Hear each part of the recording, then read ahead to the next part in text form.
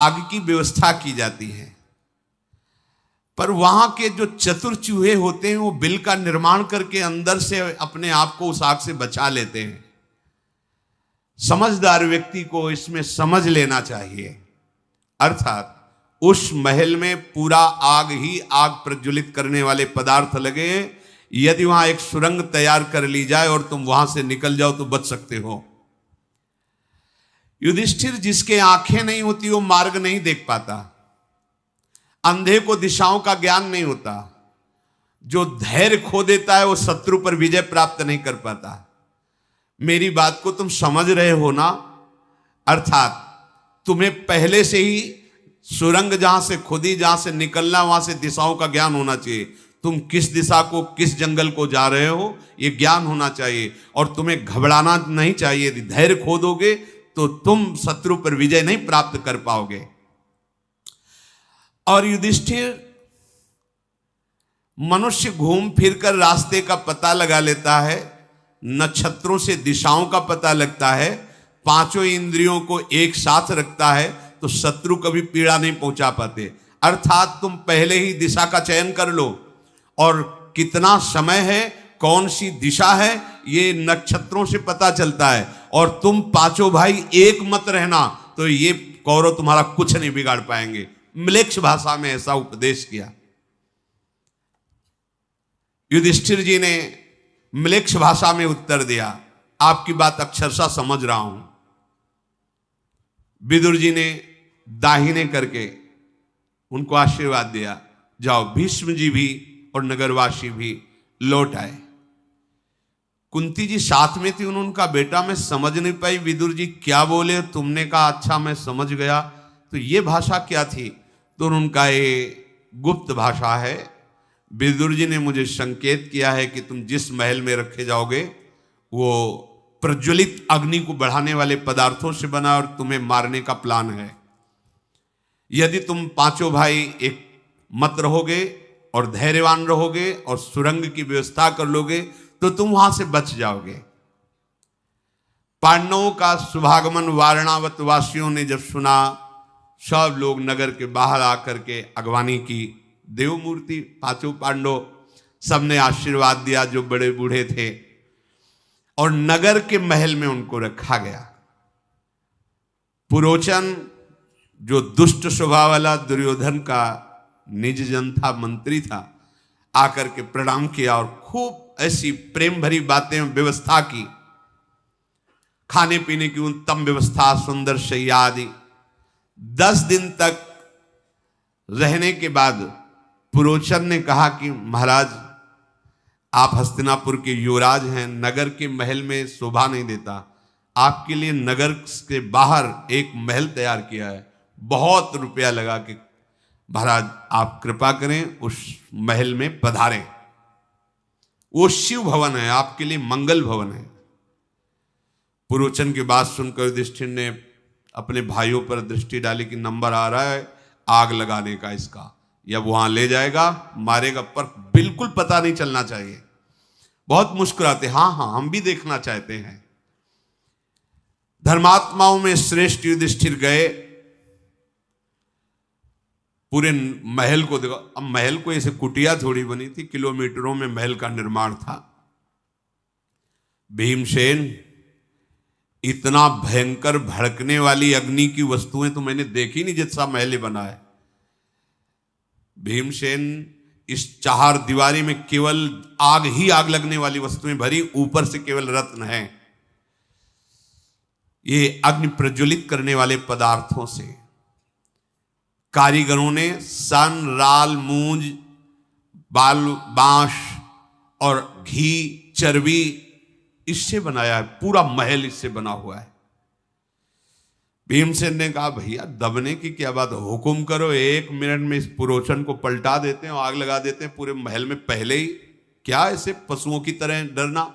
नहीं नहीं आप नहीं समझ रहे हो, हम ये कर सकते हैं, पर तुम समझो उसका ये प्लान है, और अगर हमने इस प्लान को जरा भी बाहर किया तो वो दूसरा ऐसा प्लान बनाएंगे जो हमारी समझ में ही नहीं आएगा, हमें मरवा देगा। वो इस समय जब मारने पर लगा हुआ तो मुझे गुप्त रूप से ये साबित करना है कि मैं मर गया। और मुझे इसी में रहना है। अगर हमारे बचने का कोई और उपाय होता तो विदुर जी बता देते। जैसा विदुर जी ने कहा वैसा ही मुझे करना चाहिए। हम लोगों की चेष्टाएं बिल्कुल नहीं होनी चाहिए कि ये पुरोचन जान जाए कि हम जान गए हैं। पूरी सावधानी के साथ अब इसी में रहना होगा। हमारी किसी भी चेष्टा से इसको समझ में नहीं आना चाहिए कि मैं इस बात को जान गया हूं कि महल ऐसा भड़काऊ अग्नि बढ़ाने वाले से बना हुआ है।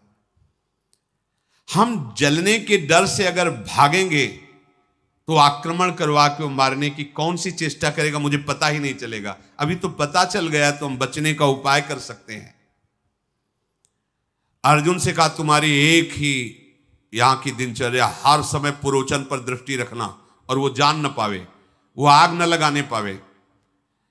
इसके बीच में कोई ना कोई उपाय तो हम लोग करते हैं।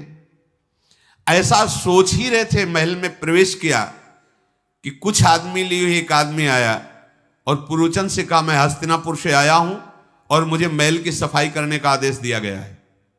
हाँ ठीक है जाइए अंदर। अंदर गए और युधिष्ठिर से कहा मैं विदुर जी के द्वारा भेजा हुआ हूं और हम इतने सुरंग बनाने में प्रवीण हैं कि कम समय में बहुत लंबी सुरंग तैयार कर देते हैं। पर तुम्हें विश्वास दिलाने के लिए मैं बताता हूं, उन्होंने म्लेच्छ भाषा में आपसे कहा था कि एक ऐसा अस्त्र है जो लोहे का नहीं है पर वो सबको भस्म कर सकता है, वो मकान। ये मैं इसलिए बता रहा हूं कि मैं विदुर जी का ही आदमी हूं, कोई छल कपट नहीं, विश्वास कीजिए मेरे पर। युधिष्ठिर जी ने कहा मैं समझ गया। विदुर जी ने जो आपको उपदेश किया था कि एक बिल तैयार होना चाहिए, उसी के लिए मैं आया हूं।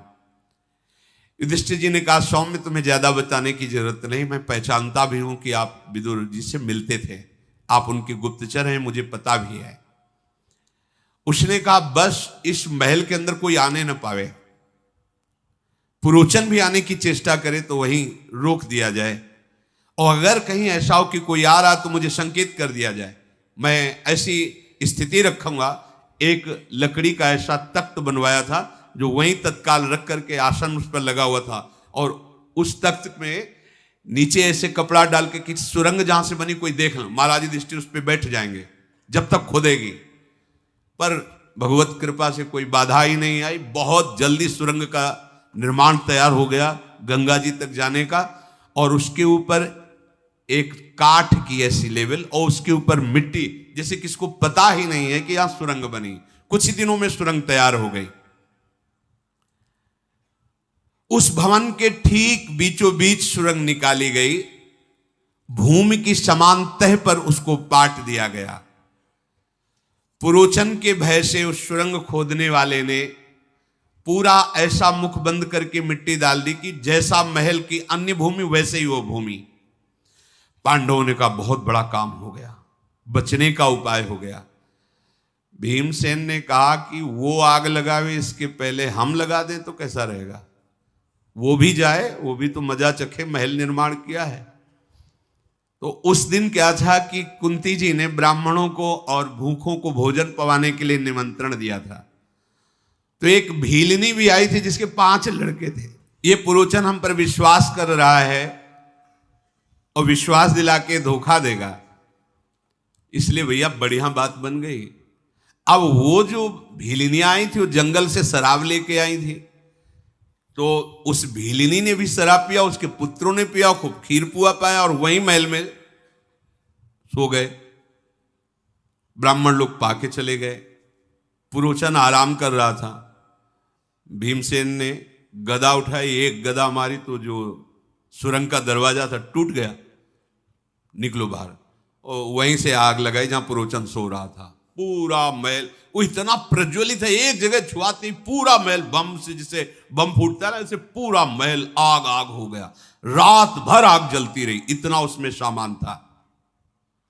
अब तो वारणावत में हाहाकार मच गया, ये क्या हुआ। महल में अचानक आग लग गई, सब लोग पांडव भस्म हो गए, बड़ा आर्त भाव। अब भगवान की देखो लीला की, 5 पांडव मर गए और कुंती भी मर गई। इसके प्रमाण के लिए भीलनी उसके 5 पुत्र वहीं जल गए। चारों ओर आग ही आग। पूर्वासी जन दीनता लिए हाय हाय करके सब घेरे हुए हैं आसपास। ये पुरोचन जरूर पापी इसी में लगा रहा कि पांडवों का विनाश कैसे। धिक्कार है धृतराष्ट्र